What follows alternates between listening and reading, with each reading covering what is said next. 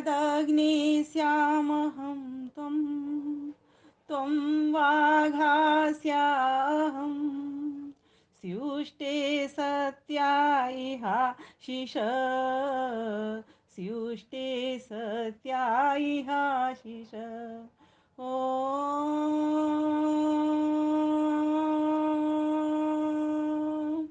प्राणाय नमो यस्य सर्वमिदं वशे यो भूतः सर्वस्य ईश्वरो यस्मिन् सर्वं प्रतिष्ठितम् ॐ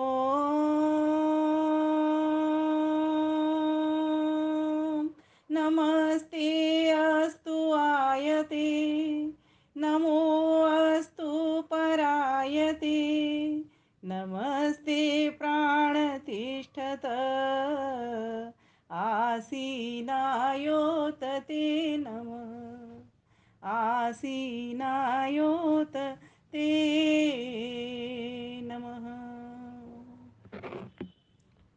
चंडीगढ़ आर्य समाज से चल रहा बहुत ही भव्य दिव्य सभ्य हमारा ये सत्संग है जो प्रति शनिवार को चलता है। आप सभी की उपस्थिति इसमें रहती है और तरह तरह के विद्वान विदुषियाँ माताएं बहनें भाई सभी लोग यहाँ पर आते हैं। रवि भाई जी को कितने शब्दों में मैं नमन करूं। बहुत ही स्माइली फेस के साथ सभी का स्वागत करते हैं और सच में जैसे रवि को कहा जाता है ना सूर्य, मैं तो सूर्य की आज उपमा दे ही देती हूँ रवि भ्राता जी को। सिर्फ इसीलिए नहीं, ये प्रेरणा के लिए, क्योंकि जितने भी आयोजक होते हैं बहुत ही अच्छी तैयारी के साथ और हम सभी को जोड़ने के लिए, हम सभी को एक दूसरे के परस्पर जुड़ाव के लिए, एक दूसरे के दर्शन के लिए ये कार्यक्रम आयोजित करते हैं, जिससे इन कार्यक्रमों के माध्यम से हम अपनी वैदिक संस्कृति का उत्तमता के साथ प्रचार प्रसार वर्धन कर सकें, जिससे कि पूरा विश्व हमारा प्रणवंतो विश्वमार्यम के उद्घोष से सज उठे।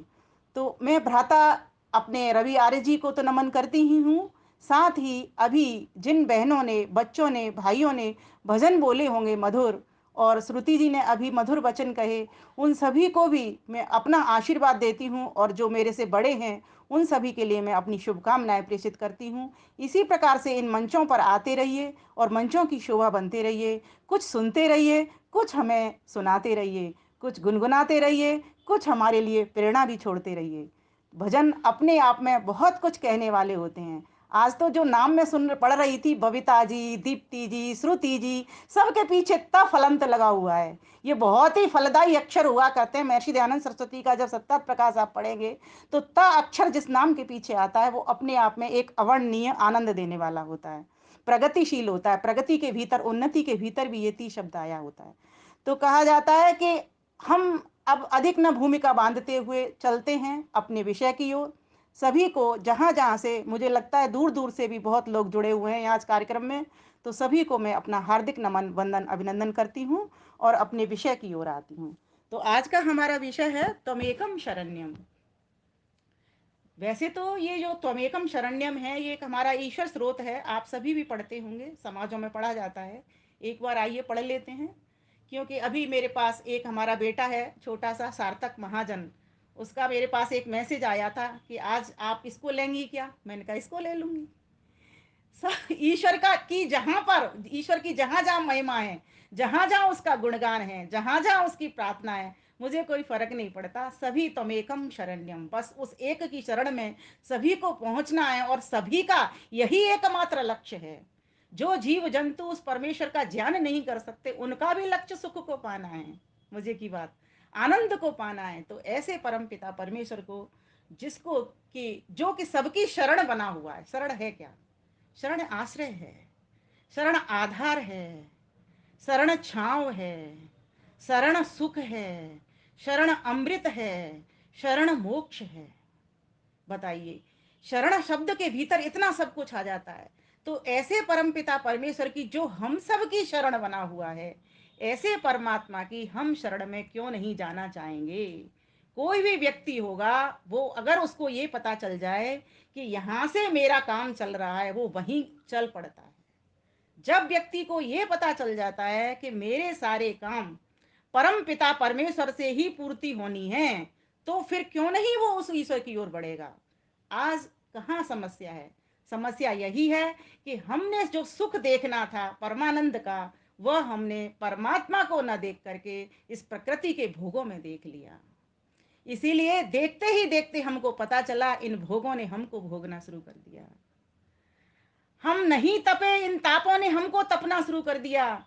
भोगान भुक्ता वयमेव भुक्ता, तपो न तप्तम वयमेव तप्ता, कालो न यातो वयमेव याता, तृष्णान जीर्णा वयमेव जीर्णा, तृष्णान जीर्णा वयमेव जीर्णा। पता ही नहीं चला, 50 के हो गए, 60 के हो गए, 70 पर भी पहुंच गए। कितनी जल्दी जल्दी ये आयु बढ़ती जा रही है, प्रतिक्षण इस शरीर के भीतर ही मर रहे हैं, लेकिन हमको इसका अभी तक बोध ही नहीं हुआ कि हम कैसे मर रहे हैं। हम सोचते हैं मैं तो अभी उसी नाम वाला हूँ, लेकिन शरीर को देखिए तो सही। क्या आप वैसे ही हो जैसे आप 10 साल के थे? क्या आप वैसे ही हो जैसे आप 20 साल के थे? क्या आप वैसे ही हो जैसे आप 30 साल के थे? ये काल सबको डसे चला जा रहा है, लेकिन हम इस काल को पकड़ न पाए, इस समय को पकड़ न पाए। एक दिन ये काल महाकाल बन करके हमारे इस पूरे शरीर को ले जाएगा, और ये जा रहा है, जाने वाला है, हो रहा है, बढ़ रहा है और आगे बढ़ रहा है। क्या ये इस शरीर से ऊपर उठ करके आत्म तत्व की ओर बढ़ रहा है? तो उत्तर आएगा कि नहीं। तो कैसे बढ़ेगा?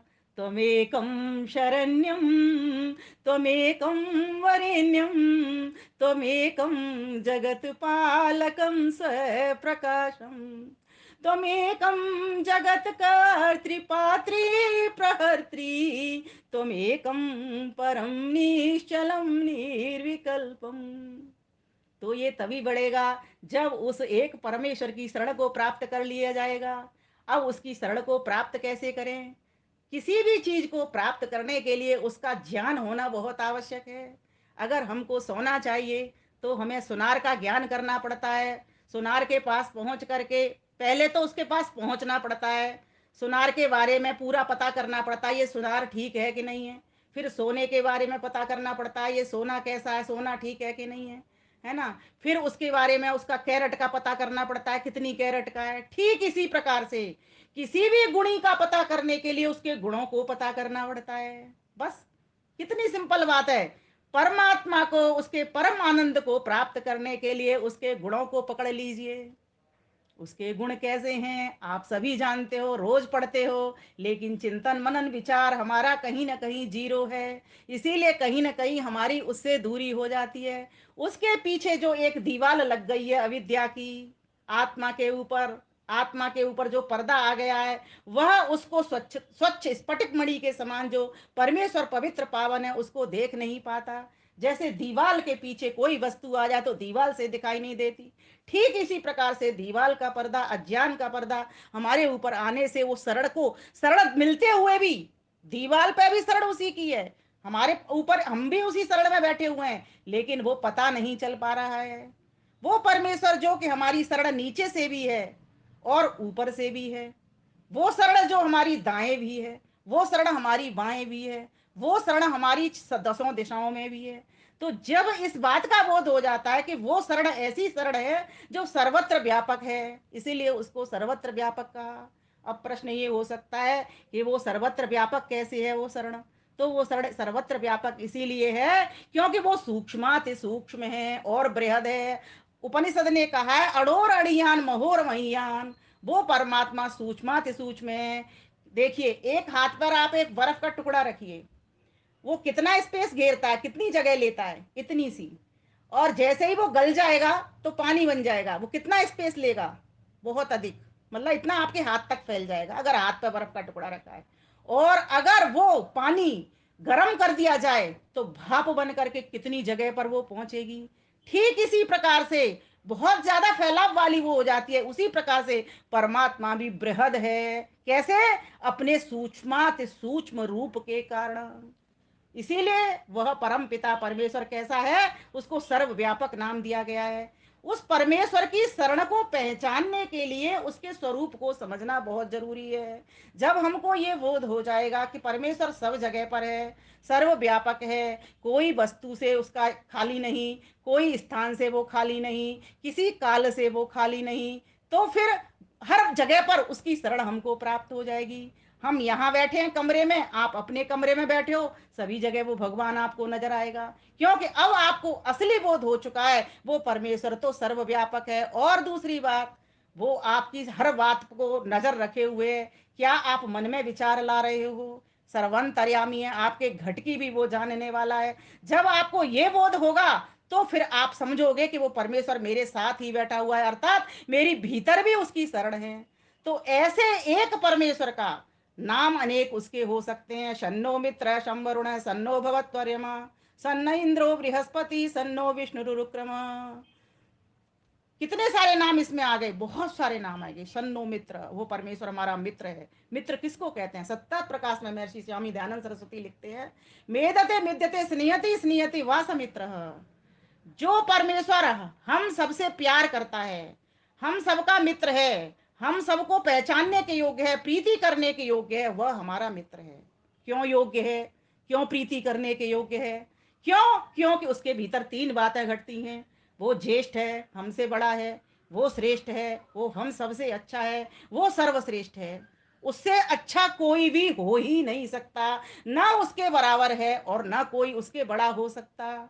जब इस बात की अच्छी पकड़ हमारे भीतर जम जाएगी कि वो परमेश्वर चारों ओर है, मेरे बाहर भी है, मेरे भीतर भी है, दसों दिशाओं में वो व्याप्त है और सभी ओर से मुझे जान रहा है, देख रहा है, मेरे पीछे से भी वो मुझको देख रहा है। कई लोग समझते हैं कि कौन देख रहा है मुझको, गलती कर लो, पाप कर्म कर लो, अशुभ कर लो, अशुभ बोल लो, किसने सुनी है? वो परम पिता परमेश्वर सुन रहा है, जान रहा है, देख रहा है, कर रहा है। अगर व्यक्ति को ये बोध हो जाएगा तो समझ लो आप उसकी शरण को पकड़े हुए हो। अन्यथा तो आपने इतना जान लिया है कि वो रहता तो है सब जगह, लेकिन आपको अगर इतना विचार नहीं गया कि वो मुझे देख रहा है, सुन रहा है, जान रहा है, मेरी गतिविधि पर नजर रख रहा है, तो व्यक्ति कुछ भी गड़बड़ करेगा। फिर वो ईश्वर की शरण को प्राप्त ना करके वो प्रकृति की शरण में आ जाएगा, अर्थात जन्म मरण के बंधन में बार बार आएगा और बार बार जाएगा। तो ऐसे परमेश्वर को कौन नहीं जानते? ना तम विदात यमाज जानी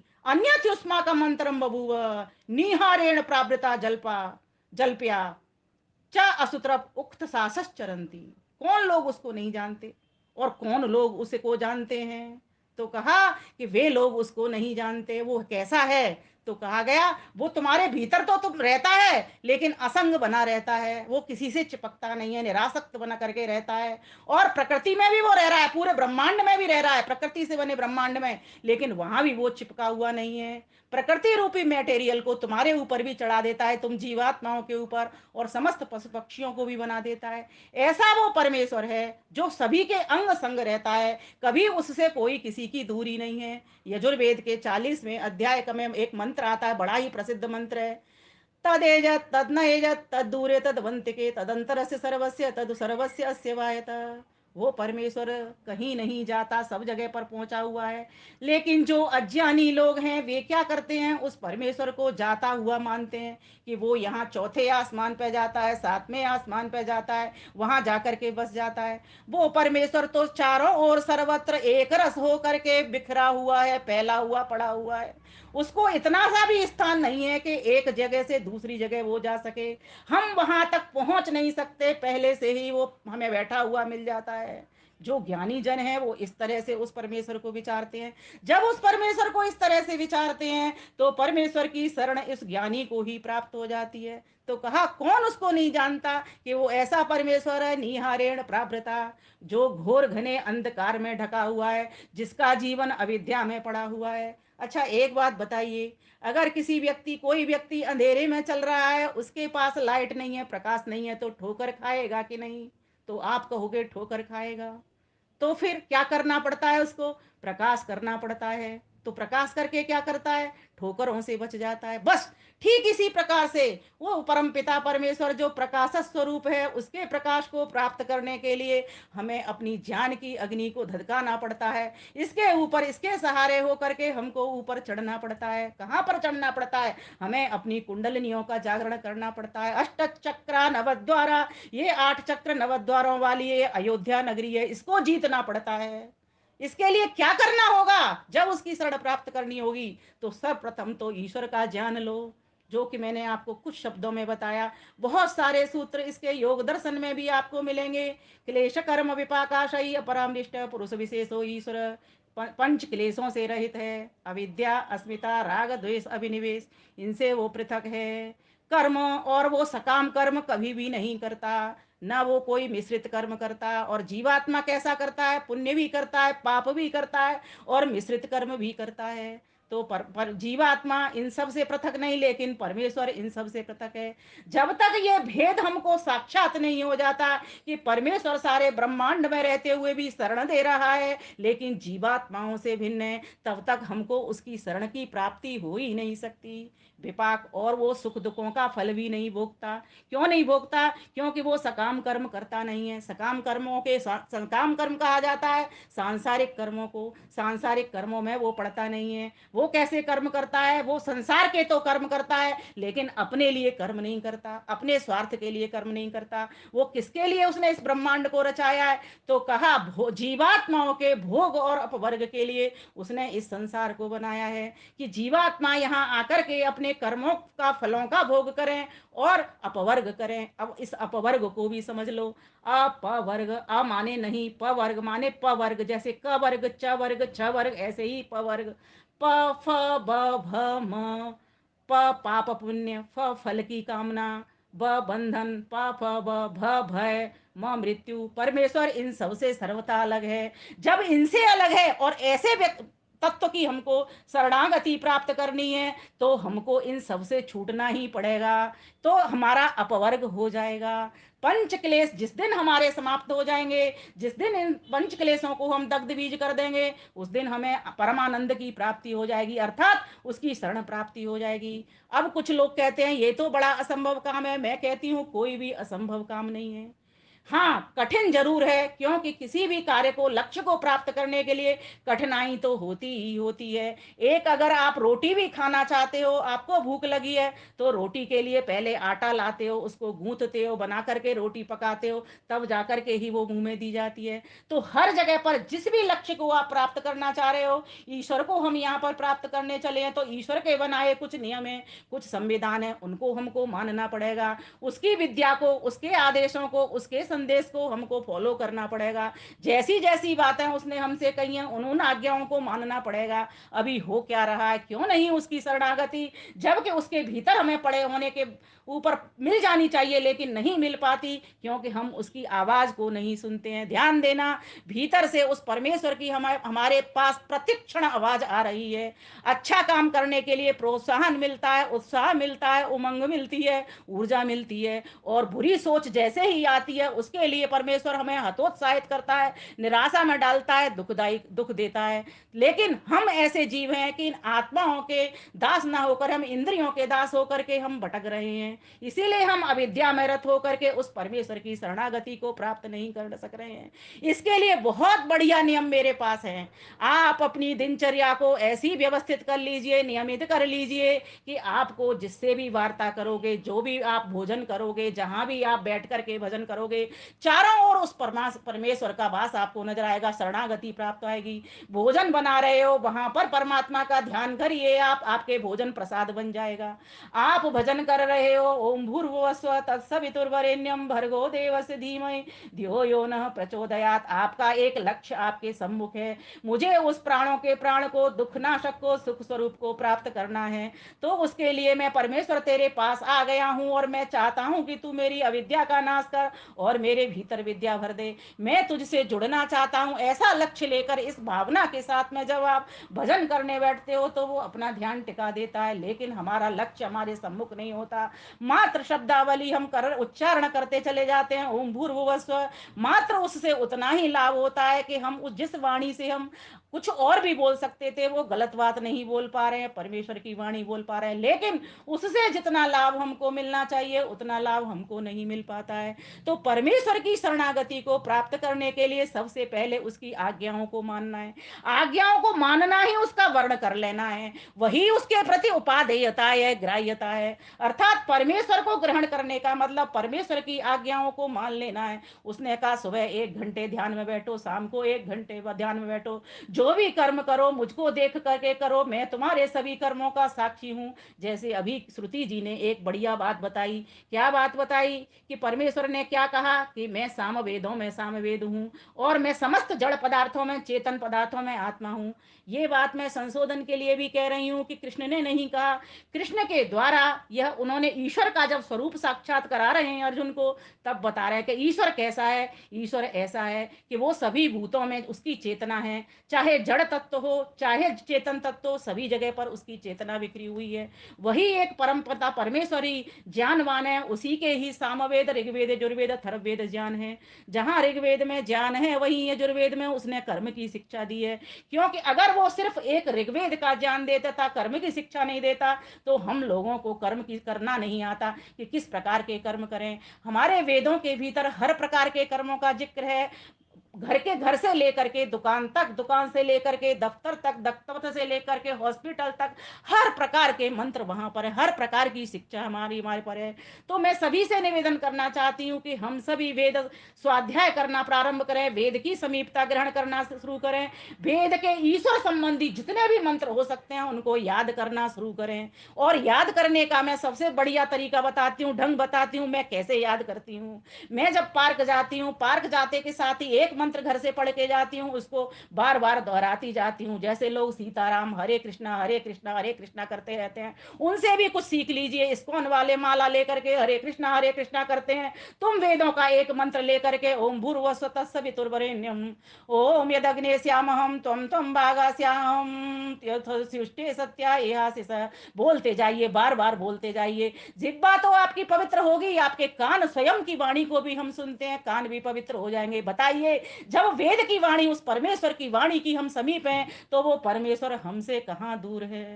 तदेज तद एज तद दूरे तदवंतिके तदंतरस्य सर्वस्य तद सर्वस्य अस्य भायता, बाहर भीतर सब और वो बैठा हुआ है, हर गतिविधि को देख रहा है, उससे हमारी कहाँ दूरी है, कोई भी उससे हमारी दूरी नहीं है। मात्र एक ना समझी की दूरी है, अविद्या की दूरी है, उसी अविद्या को हटाना है। और उस अविद्या का नाश ऐसे नहीं होगा कि अविद्या तू हट जा, उस अविद्या का नाश ऐसे होगा कि पौवर का एक बल्ब जला देंगे, वेद का एक बल्ब जला देंगे, वेद का एक एक करके मैंने संकल्प लिया है 5 मंत्र वेद मंत्र मुझे रोज याद करने हैं। और अगर नहीं हो पाते हैं तो एक मंत्र कर लीजिए, एक मंत्र तो कोई भी कर लेगा। और आपके साथ साथ आपके घर में जो छोटे पोते नाती पंती हैं वो भी आपके साथ साथ पढ़ेंगे। जैसे हमारे माता पिता दादा दादी होते हैं वैसे ही हमारे बच्चे भी बन जाते, बिना सिखाए। बच्चों को कभी ये नहीं कहना पड़ता कि तुम ऐसा करो वैसा मत करो, हमारे माता पिता ने कभी हमसे नहीं कहा। हमने अपने माता पिता को देखा है वैसा जीवन जी रहे हैं, हमको हमारे बच्चे देख रहे हैं वैसा जीवन जी रहे हैं, अपने आप ऑटोमेटिकली वो बच्चे बनते चले जाते हैं। इसीलिए मैं सभी से निवेदन करना चाहती हूँ इस अपने चंडीगढ़ के मंच पर परम पिता परमेश्वर से अगर करनी है तो एक ही प्रार्थना करना, प्रभु मैं तुझसे दूर न हो पाऊं, मैं तू हो जाऊं और तू मैं हो जाए। त्वमेकं शरण्यं त्वमेकं वरेण्यं त्वमेकं जगतपालकं स्वप्रकाशम।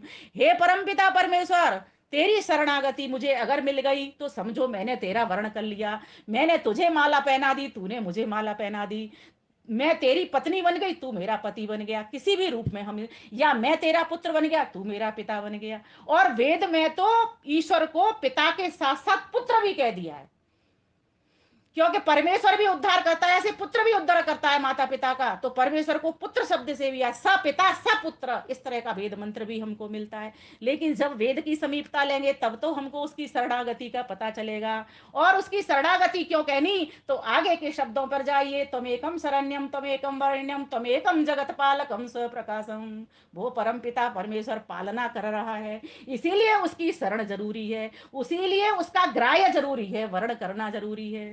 त्वमेकम जगत पालकम स्वप्रकाशम। और वो पालना कैसे कर रहा है, ज्ञान देकर के पालना कर रहा है। कोई वो इस तरह से नहीं आता जैसे माता पिता हमारी रक्षा करते हैं, वो ज्ञान देकर के रक्षा कर रहा है। ऐसा परम पिता परमेश्वर बताइए क्यों नहीं वर्ण करने के योग्य होगा, अवश्य होगा। लेकिन जब हम उसको जानेंगे, अपने आप को जानेंगे और इस माया रूपी प्रकृति को जानेंगे, ये प्रकृति कैसे स्वभाव की है, तो इस प्रकृति के स्वरूप को जानो। ये 3 रंगों से सारा रंग बिखरा हुआ पड़ा है।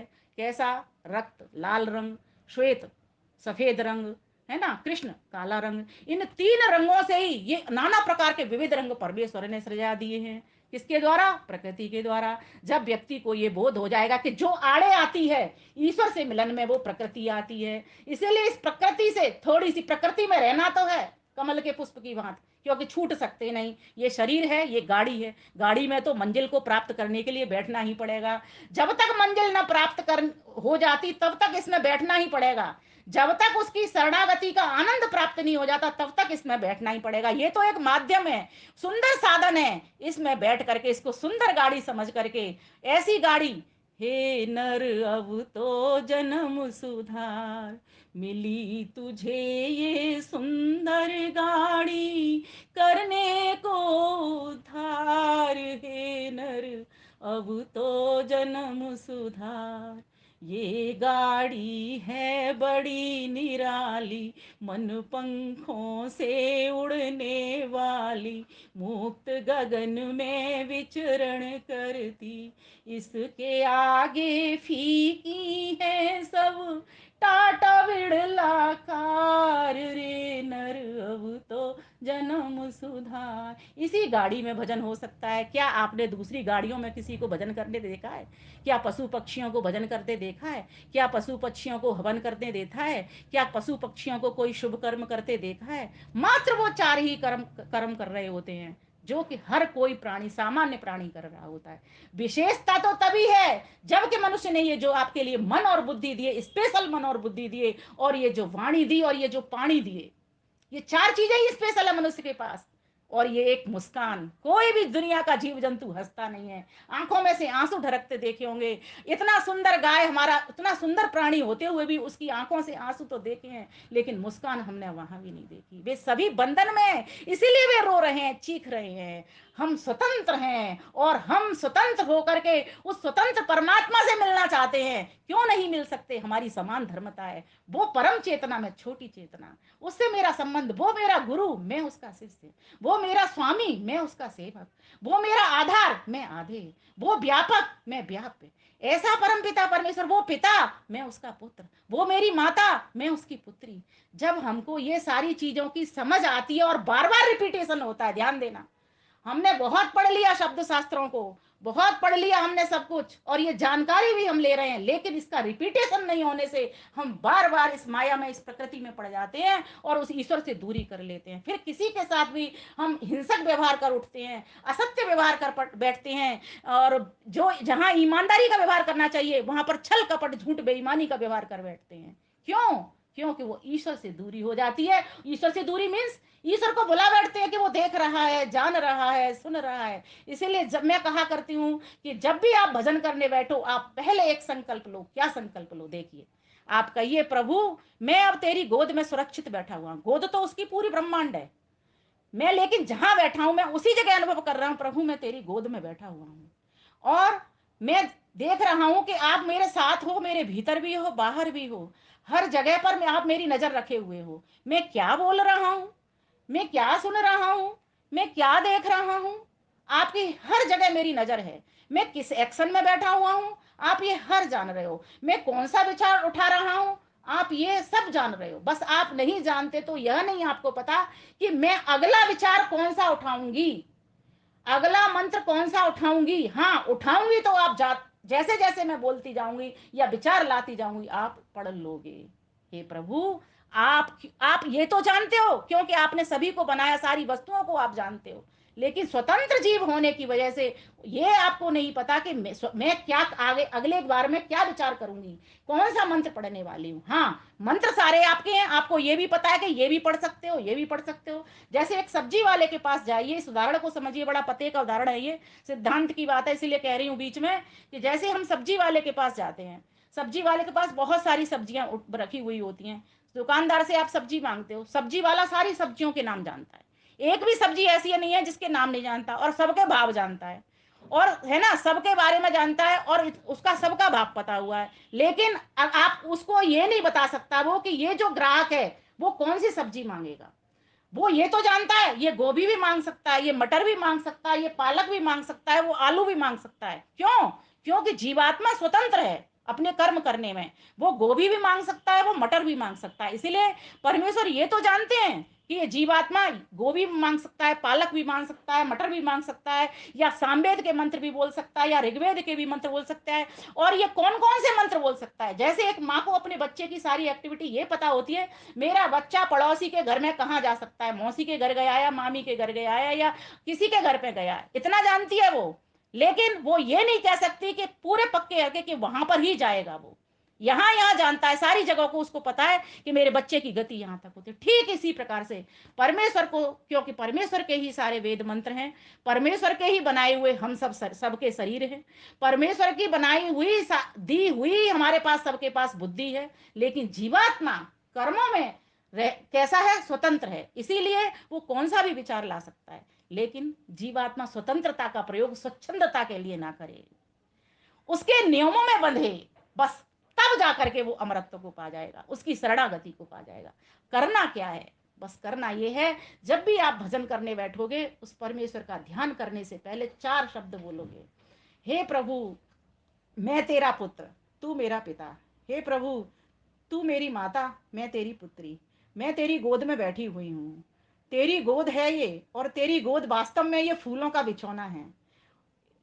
ओम, बिछोने के ऊपर मैं बैठी हुई हूँ, और इस बिछोने के भीतर मैं तेरा अमृत आनंद प्राप्त कर रही हूँ। प्रभु, तू ऐसा ना करना बीच में अपना आंचल छुड़ा देना, ना ना ना।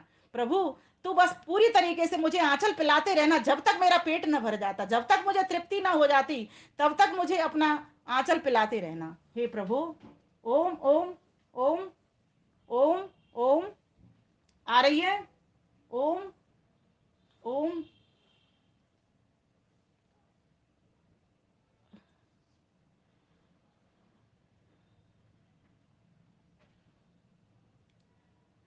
मेरे ध्यान में, मैं बहुत ध्यानस्थ हूँ इस वक्त, मुझे पता नहीं है, इसीलिए बीच में ना बोला। अगर आ रही है तो आपस में कोई पूछ ले एक दूसरे से। परमेश्वर की गोद में, देखिए संध्या का समय हो रहा है, आप मेरे साथ ध्यान में ध्यान जुड़िए परमेश्वर से। ठीक है? और कोई बात नहीं, कभी कभी आवाज नहीं भी आए ना तो जुड़ते ही रहिए, जिन शब्दों पे छोड़ा है उन्हीं शब्दों पे जुड़ जाइए आप। आ रही है? सभी को आ रही है माता जी? सभी को आ रही है? कोई बात नहीं, कोई बात नहीं। परमेश्वर के गोद में बैठी हुई हूँ, मैं विचार रही हूँ, प्रभु तुम देख रहे हो, जान रहे हो, सुन रहे हो। मैं वो विचार उठाऊं कि जो तुझे जोड़ने का हो। जैसे मैंने अभी मंत्र बोला था, त्वमेकम शरण्यम। प्रभु तेरी शरणागति चाहिए, और मैं तेरी शरण में आ गया हूँ, लेकिन मैं अनुभव नहीं कर पा रहा, बस मेरी ये गलती है। मैं तेरा दूध भी पी रहा हूँ, तुझसे भोजन भी प्राप्त कर रहा हूँ, तेरा भजन भी करने बैठ गया, लेकिन फिर भी मैं अनुभव नहीं कर पा रहा।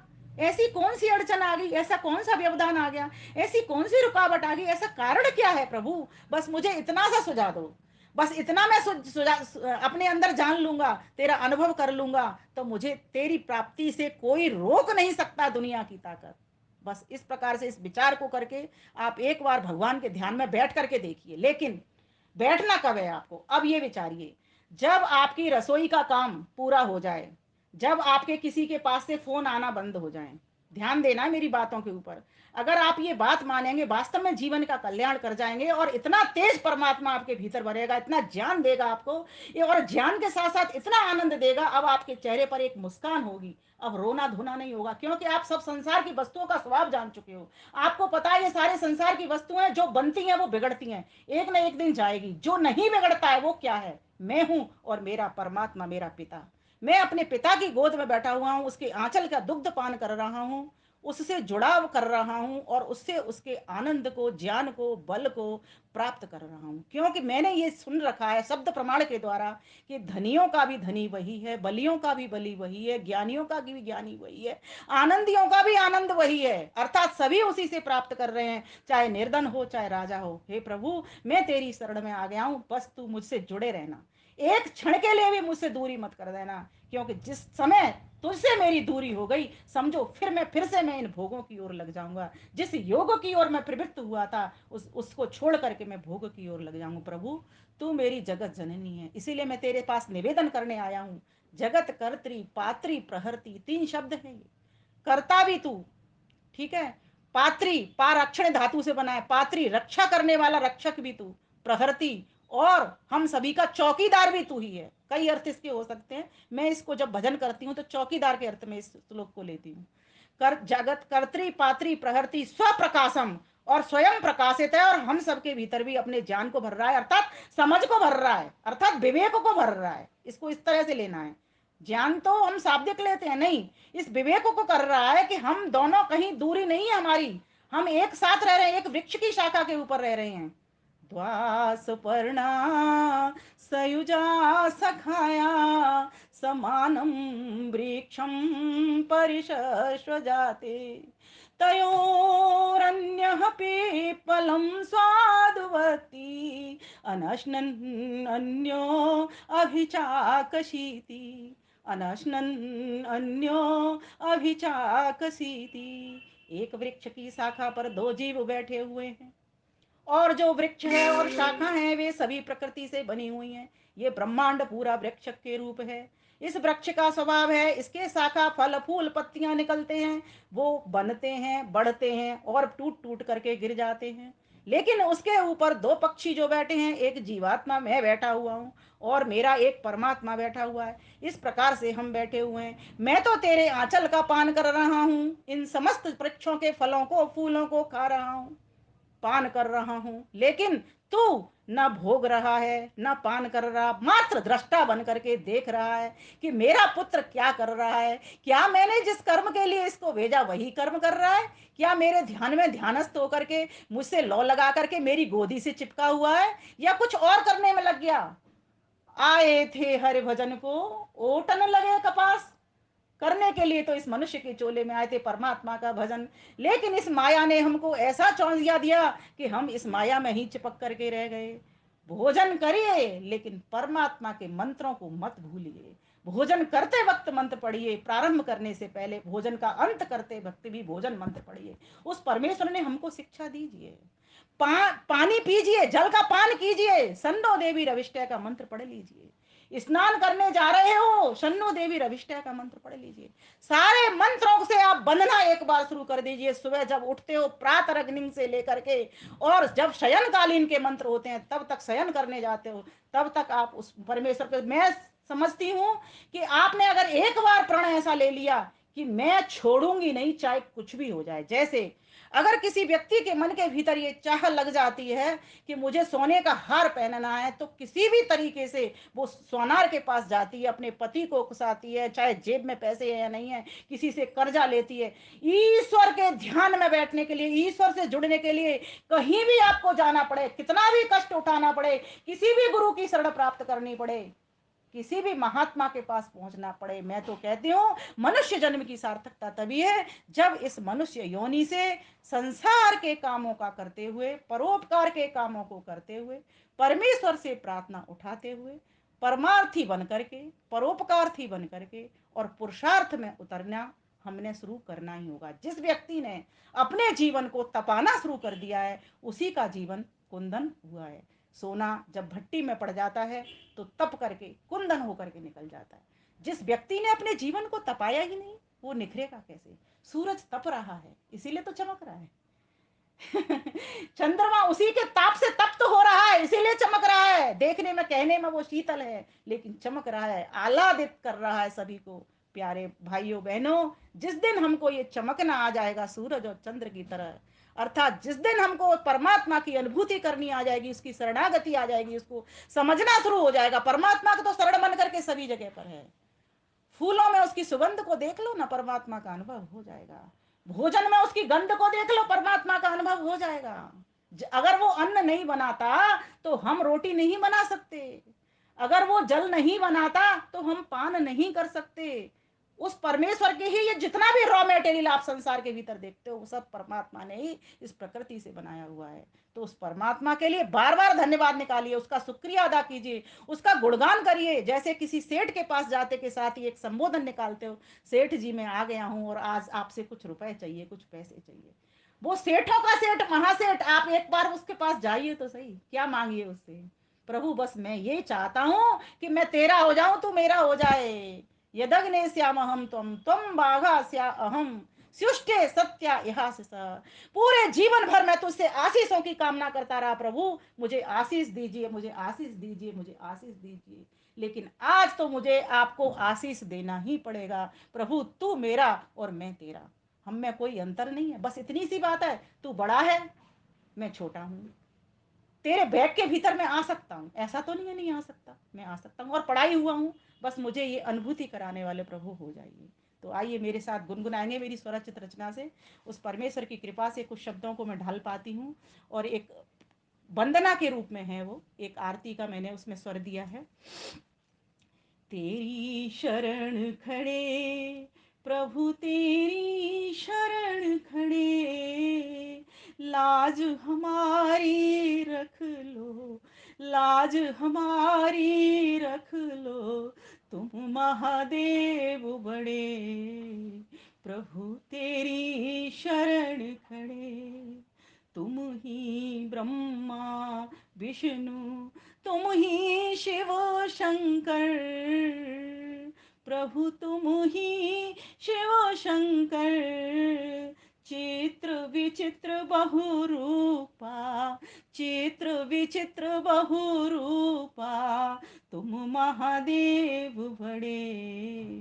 प्रभु तेरी शरण खड़े, पालक पोषक रक्षक शिक्षक तुम जग के। प्रभु शिक्षक तुम जग के, दाता दीन दयालु, दाता दीन दयालु, न्यायाधीश तगड़े।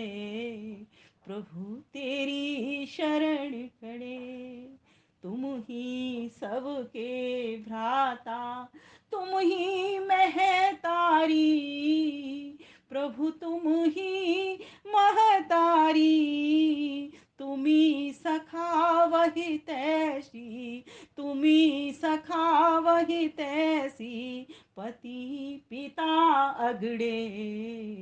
प्रभु तेरी शरण खड़े, सूर्यो ज्योति ज्योति सूर्य, तुम हो महाज्योति।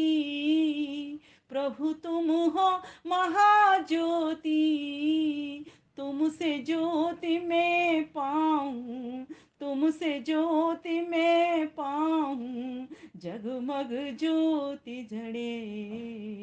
प्रभु तेरी शरण खड़े, तेरी शरण खड़े, प्रभु तेरी शरण खड़े, लाज हमारी रख लो, लाज हमारी रख लो, तुम हो नाथ बड़े।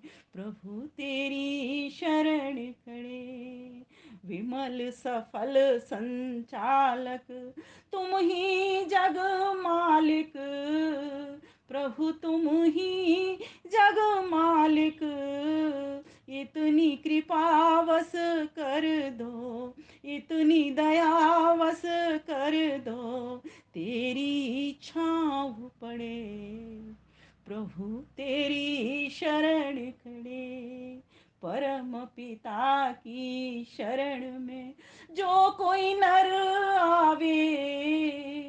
स्वामी जो कोई नर आवे, पिता जो कोई नर आवे, प्रभु जो कोई नर आवे, परमानंद सुख पावे, परमानंद सुख पावे, दूर हो सब झगड़े, प्रभु तेरी शरण खड़े, तेरी शरण खड़े, प्रभु तेरी शरण खड़े, लाज हमारी रख लो, लाज हमारी रख लो, तुम हो नाथ बड़े, प्रभु तेरी शरण खड़े।